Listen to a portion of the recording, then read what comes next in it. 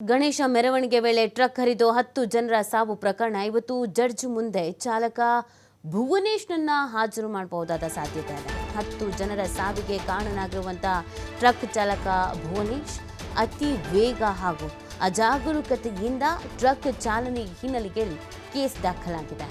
Truck ಚಾಲಕ ಭುವನೇಶ್ ವಿರುದ್ಧ ದಾಖಲಾಗಿರುವಂತಹ ಪ್ರಕರಣ ಭದ್ರತೆಯ ದೃಷ್ಟಿಯಿಂದ ಗೌಪ್ಯವಾಗಿ ಚಿಕಿತ್ಸೆಯನ್ನು ಕೊಡಿಸ್ತಾ ಇದ್ದಾರೆ ಪೊಲೀಸರು. ಚೇತರಿಸಿಕೊಂಡಿರುವಂತಹ ಭುವನೇಶ್ನನ್ನ ಇವತ್ತು ಜಡ್ಜ್ ಮುಂದೆ ಹಾಜರುಪಡಿಸಲಾಗುತ್ತೆ. ಹೆಚ್ಚಿನ ವಿಚಾರಣೆಗಾಗಿ ಭುವನೇಶ್ನನ್ನ ವಶಕ್ಕೆ ಪಡೆಯಲಿದ್ದಾರೆ ಪೊಲೀಸರು.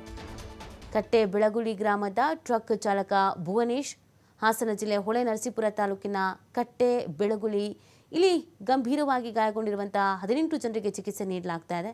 ಹಾಸನ ಜಿಲ್ಲಾಸ್ಪತ್ರೆಯಲ್ಲಿ 15 ಗಾಯಾಳುಗಳಿಗೂ ಕೂಡ ಚಿಕಿತ್ಸೆಯನ್ನು ನೀಡಲಾಗ್ತಾ ಇದೆ. 3 ಹಾಸನದ ಖಾಸಗಿ ಆಸ್ಪತ್ರೆಯಲ್ಲಿ ಚಿಕಿತ್ಸೆಯನ್ನು ನೀಡಲಾಗ್ತಾ ಇದೆ.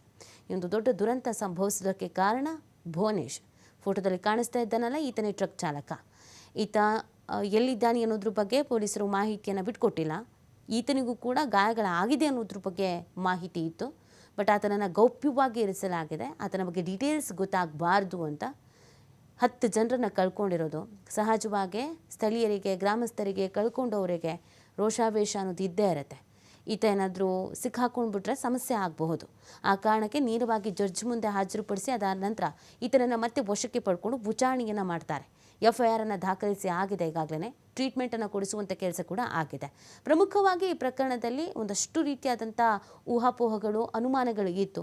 ಈತ ಕುಡಿದು ಚಾಲನೆ ಮಾಡ್ತಾ ಇದ್ದ ಅಥವಾ ಈತ ಡ್ರೈವರೇ ಅಲ್ಲ, ಈತ ಕ್ಲೀನರು, ನಿದ್ರೆ ಮಂಪರಿನಲ್ಲಿದ್ದ, ಈ ಹಿಂದೆನೂ ಆಕ್ಸಿಡೆಂಟ್ ಮಾಡ್ಕೊಂಡು ಬಂದಿದ್ದ, ಈ ಥರದ್ದೆಲ್ಲವೂ ಕೂಡ ಆರೋಪಗಳಿದೆ. ಹಾಗಾಗಿ ನಿಖರವಾದಂಥ ಮಾಹಿತಿ ಸಿಗಬೇಕಾಗತ್ತೆ ಈ ಒಂದು ಆಕ್ಸಿಡೆಂಟ್ಗೆ ಕಾರಣ ಏನು ಅನ್ನೋದ್ರ ಬಗ್ಗೆ.